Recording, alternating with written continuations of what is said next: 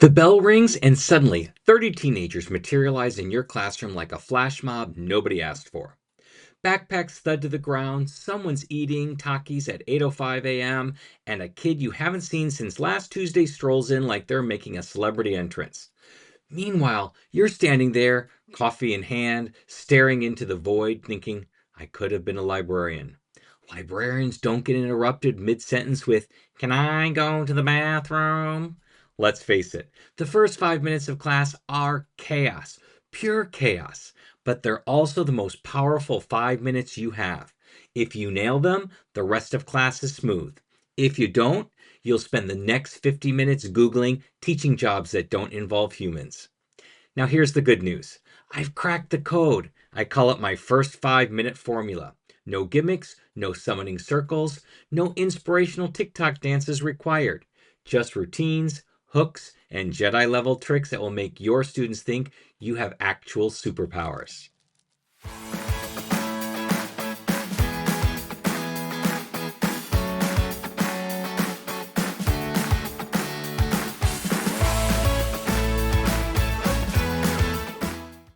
The bell is not a polite suggestion.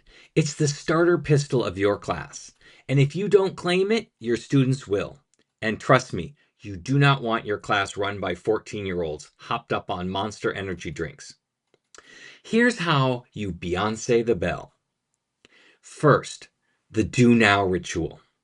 Every day, same spot, same format. It's basically Pavlov's dog, but with less drool. You don't have to make it fancy. Post a do now question, warm up, or short task. Just something that tells their brains, oh, right, this is school, not the pre party for Fortnite. If you skip this, students immediately sense weakness. It's like sharks smelling blood in the water. Suddenly, you've got 5 kids asking random questions, 3 wandering around, and 1 just lying on the floor like they're auditioning for a Shakespeare play. But with the do now, order, stability, control. They walk in, they know what to do. It's automatic, like me buying a Diet Pepsi every time I walk into Target. Step 2, the countdown clock of doom. This one's dramatic and effective. Put a giant countdown timer on your board. When kids see seconds ticking away, something primal happens. They panic, they rush, they actually sit down and get started. Seriously, you'll see students suddenly sprint to write their names at the top of their papers like they're in the Hunger Games.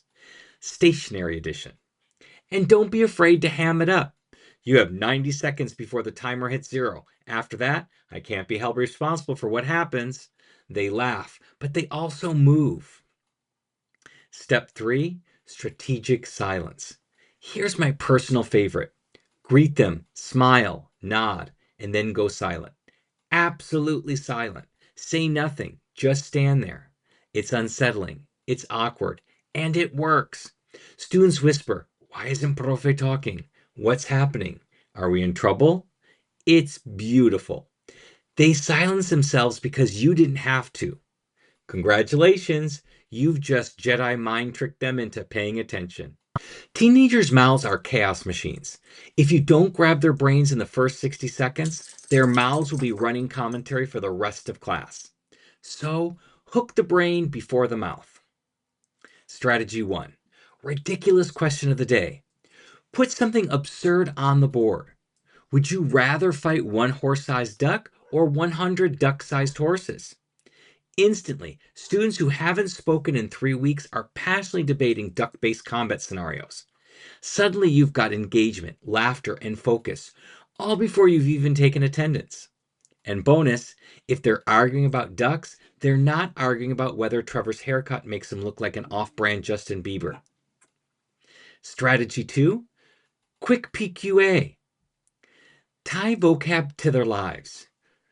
Who here ate hot Cheetos for breakfast? Hands go up. Congratulations, you've got instant buy-in and a captive audience of kids with orange-stained fingers. Then, slip the target structure into the conversation. Class, Maria ate hot Cheetos. Who else ate hot Cheetos? Did you like them? Was it smart? Boom. You're doing comprehensible input without anyone realizing it.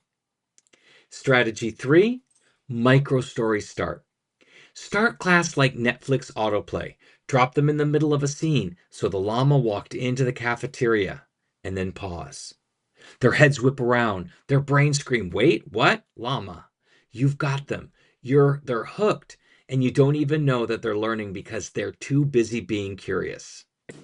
Now, before I unleash the Jedi tricks, let's pause for some real talk. If you're watching this video thinking, "Scott, these are great, but I need more. I need actual resources. I need lesson plans, routines, emergency plans for when my class goes nuclear." That's why I created the CI Survival Kit at mm.us/kit. Think of it as your teacher bug out bag. Inside, you'll find ready to go activities, CI routines, and tools that keep students engaged and you sane. It's like having me in your back pocket, minus the sarcasm, but plus all the good stuff. So when chaos comes knocking, and it will, you're ready. Grab it now at mm.us/kit. All right, back to the Jedi tricks. Okay, they're in the room. They're not climbing the walls. Their brains are engaged. But you've still got 50 minutes left, and teenagers are like squirrels. They can turn on you in an instant. Here's how to lock it all in. Jedi move number 1, body language power. Stand in the center of the room, plant your feet, hands behind your back, and just pause. Silence is terrifying. Middle schoolers will practically combust trying to figure out what you're doing. High schoolers, they'll start checking if you're glitching. Eventually, someone whispers, "Shh, he's about to say something." Boom, control. Jedi move number 2, positive reinforcement on steroids. Catch that first kid doing anything remotely correct. Wow, Daniel opened his notebook. Everyone clap it up for Daniel. What a role model. Now, suddenly, every other kid is opening their notebook like their GPA depends on it. It's shameless manipulation, and it works. Jedi move 3, wrestler style transitions. Don't casually say, "Okay, let's begin." No, channel the WWE. Pencils down, eyes up, game on. Say it like you're about to body slam someone. The drama jolts them into attention. And honestly, it's more fun for you too. Let's be real. None of this is perfect. Some days your do now flops. Some days the countdown timer is ignored because half the class is watching a TikTok under their desk. And yes, some days the llama story hook ends with a kid saying, "This is dumb." That's teaching. It's messy, it's unpredictable, and it's exhausting. But here's the truth. When you stick to these routines, the chaos decreases, the laughter increases, and you get closer to what we secretly want: to actually teach language without feeling like a cruise director on the Titanic. And let me just say it, teaching teenagers is basically training wildcats. They're unpredictable, they're moody, but deep down, they actually like structure. They like routines. They like knowing, okay, this is what happens when I walk in. It's not magic, it's not rocket science. It's just you being consistent enough that eventually, even the kid eating Takis at 8:05 a.m. knows the deal. So there it is, my first 5-minute formula. A predictable do now ritual, a dramatic countdown clock, the awkward silence of doom, hooks that hijack their brains before their mouths start trouble, Jedi tricks that lock in focus for the long haul. Do these, and suddenly your classroom feels less like babysitting a circus and more like actual teaching. Okay, maybe babysitting a smaller circus, but still progress. Now, I want to hear from you. What's the funniest or absolute worst first 5 minutes you've ever had? Drop it in the comments below.